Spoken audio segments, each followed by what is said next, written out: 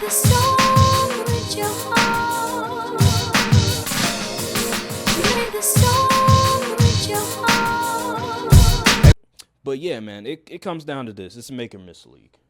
True. It is a make or miss league. When it comes to the Mavericks, they had so many good open shot attempts, and they weren't able to connect. They shot 6 for 26 from 3. That's 23% as a unit. The thing with the Mavericks is, although they are open looks, those aren't the looks that they want. They want corner threes, and they're not getting corner threes. They want corner threes. They want lobs, top of the key from Luka, Kyrie do his thing, and they're not getting that. There is a stat. There's these stats, right? I was going on Basketball Reference, and Derrick Jones and PJ Washington are corner three merchants. Let me. Okay, so here's the stat. So in the playoffs, right? So I'm looking at Derrick Jones. I'm looking at PJ Washington. So from the corner three, the percentage of their shots from the corner three, PJ Washington is at 56%. Derrick Jones is at 63%. Okay. That's the percentage of shots that they attempt. In general, or yes. Oh, 63% of Derrick Jones' shots in the playoffs has been corner threes. PJ Washington has been 56%. And they're both over 40% from three in the corner. So when you take that element away, it's going to be very hard for them to score. Now, PJ, he's been okay.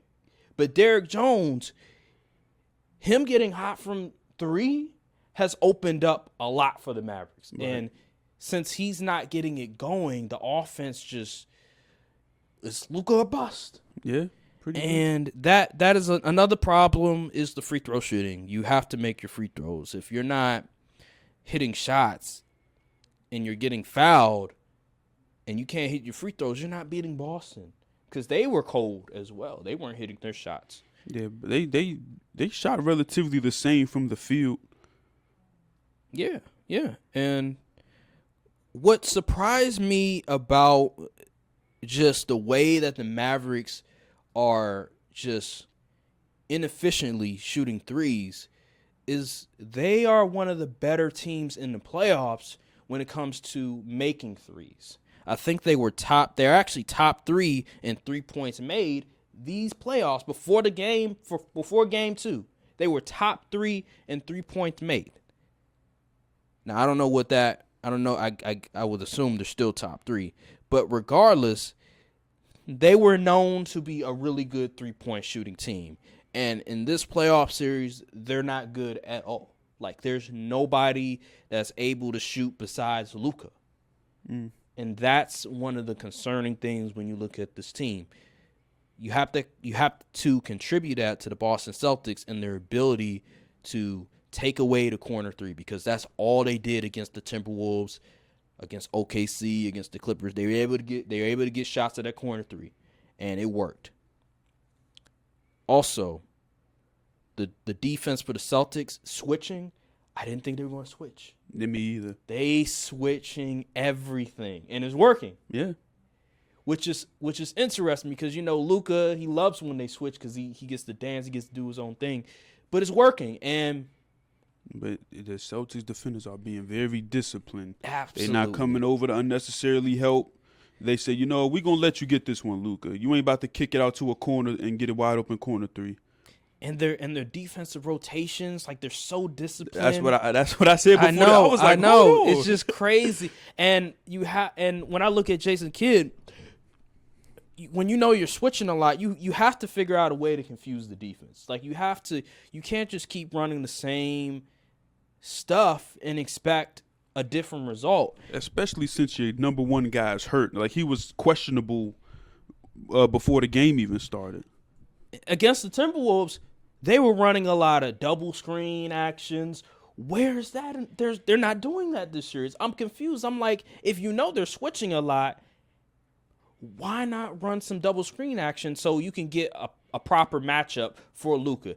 And I'll say this. There was a tweet out there that I saw from this person who said there's no there's no mismatch for Luka to take advantage of, and I disagree. There are mismatches.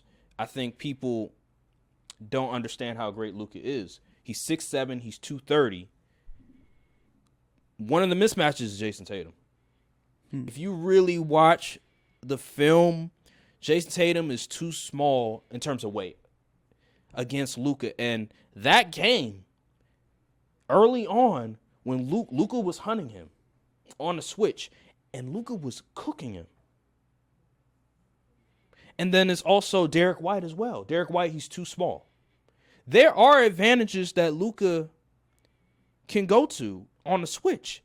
It's just, I think at times they just resort back to the same old things. And Boston's like, okay, we're just going to keep setting our defense. At the end of the day, Luka can't score 100 points by himself. So Exactly. And the Dallas Mavericks call some plays for Kyrie or PJ Washington.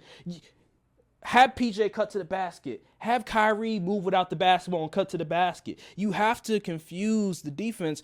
You have to get them off their rhythm. Because if not, they're just going to continue doing what they always do, and they don't have to make an adjustment. The Boston Celtics don't have to make no adjustments because the Mavericks aren't making any adjustments. They playing Luka ball. It's just Luka, hey, Luka do your thing, Kyrie do your thing, and that's that. They're not trying to do anything. I will say, though, I haven't watched a whole lot of Wizards games, so I didn't know this. I didn't know Daniel Gafford could score in the post. Oh, you didn't? No, that was new to me. I was like, wait a minute. He could score in the post? Why didn't they do that earlier? What are they waiting for? So that was interesting. I think they should utilize that more in Game 3. They got to try something because at this rate, the broom is about to be coming out. Absolutely. But they have to confuse Boston. You have to do something because if not, they're just going to stand there and continue to play that same switching defense, and it's going to keep presenting problems. You have to confuse them, and they're not doing that right now. This is not the Timberwolves. The Boston Celtics are a much smarter team. They're, in terms of matchups, I think they obviously match up a lot better. Tatum, Jaylen Brown, you have those wing defenders, and then you have the guards as well who can defend. So you have to confuse the defense if you're going to have any way of beating them, and they're just not doing that. They're just playing hero ball. They're putting everything on the shoulders of Luka and Kyrie and expect them to just go over there and win the game for them. And that's just not the case. You have to be a lot smarter, a lot more calculated in the ways that you game plan against Boston. And Jason Kidd is just not doing that. Yeah, and the Celtics shot about 43s and got 10 offensive rebounds. You gotta crash. Yeah, and like I seen this one play. I believe it was either Lively or Gafford in the paint.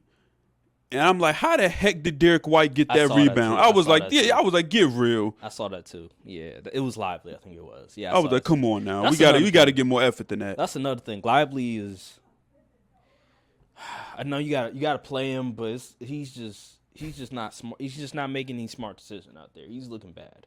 He's playing like a rookie. Yeah. It's not looking well for him. That's why Gafford getting more run than him. Yeah, and it's smart. It's smart because the stuff he can do will help the Mavericks. I feel like for Game 3 they have to get Gafford in more scoring actions, like post him up more, try to get Jason Tatum on him, do something because he has. I didn't know he had an offensive bag. I didn't know he can. I thought he was just screen and roll guy, lob man, but. Seeing what he did in Game 2, no, he could do a lot more, and they should go to that more to help Luka, to help Kyrie out. And, man, it's just, I don't know. The Celtics is just they like top the rosters. Just they have different ways. They got the dudes, man. They have different ways of beating you, and the thing is, they haven't really done anything different so far. So It's not like you got them to like really make crazy adjustments. No. They're still playing the same ball they played game one. Yeah. So let's say if you do switch it up, they might have a direct counter for whatever you try to do. But you have to try something. Yeah, you got to do something. And it just doesn't seem like they're trying nothing. And the thing with Boston, they haven't played a great game yet. They haven't. Like, they're still they played a good game, but they haven't played a great game yet. And like this isn't nothing out of the ordinary we haven't seen from them. And they have multiple ways of beating you. While with Dallas, it seems like there's only one way. They seem like a one-trick pony.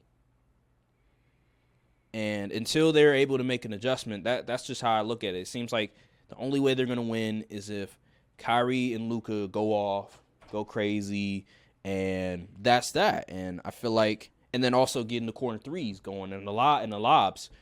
Until they figure out a way to score from a different style, I think Boston has figured them out. It's going to be sweet. It's tough, man, going against, like, it's crazy because they literally 1 through 5 can defend on a very good level. Mm-hmm. And it's like, how are you supposed to beat that? Unless you can match them defensively on the other end. And that's why I said the Timberwolves would have been a much harder matchup for them. I'm telling you, man, it would have been. It would have been a harder matchup. Well, because I'm telling you, like, offensively, the Timberwolves weren't going to able to do much as well. Their offense is just as generic as the Mavericks, except the Mavericks have Luka and Kyrie. That's the difference. The Timberwolves, we watched them against Dallas. Boy, it was a nightmare.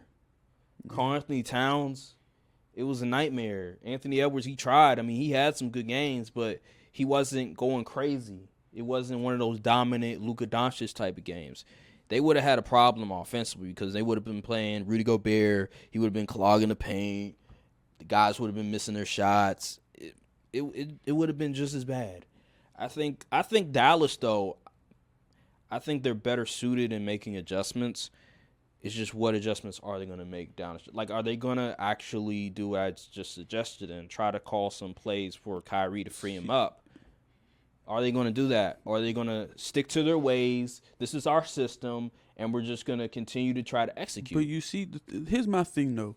Luka comes from the Euro League, so he's used to not having a ball in his hand and being able to. So why aren't we doing, like, more off-ball stuff? That's what I'm saying. Because I don't believe Luka's to the point where he's lazy now and don't want to do off-ball stuff. I don't even think my thing. I'm not even looking at Luka because I know Luka's going to get his. Yeah. I'm looking at Kyrie. But still, it's something else. It's something. I don't know, bro. Like, their whole system is predicated on Luka has the ball in his hands, pick and roll. Kyrie has the ball in his hands, pick and roll. There's no off-ball type of action with their best players. And I'm sitting there like, Kyrie, he can move without the basketball. I don't know, dial up some plays for Kyrie to move without the basketball. And they're not doing that. It does seem like every time Kyrie is involved, they pretty much run a cook your man offense when he gets the ball in hand. I haven't seen nothing, no set plays ran for him, nothing to get him a spot up three. Oh. It's just, all right, Kyrie, get the ball, go score. Yeah. And you can't do that against the Celtics. And they did that. They did it in the beginning of the game. In game one, and it worked. He was getting good looks, but they just went away from him. I'm like, yo, what are you doing? It reminds me of the Timberwolves in game 5 with Ant. The first play of the game, he off-ball action, free throw line jumper. He wasn't able to make it, but it was a good play. And I'm the rest of the game, they just didn't do it. They like just give Ant the ball and he's gonna go cook. Same thing with the Dallas Mavericks and Kyrie. I'm sitting there, I'm like, Kyrie is one of the most skilled players of all time. Like, he doesn't need the ball to get open. Like, have him move around. Somebody set a screen.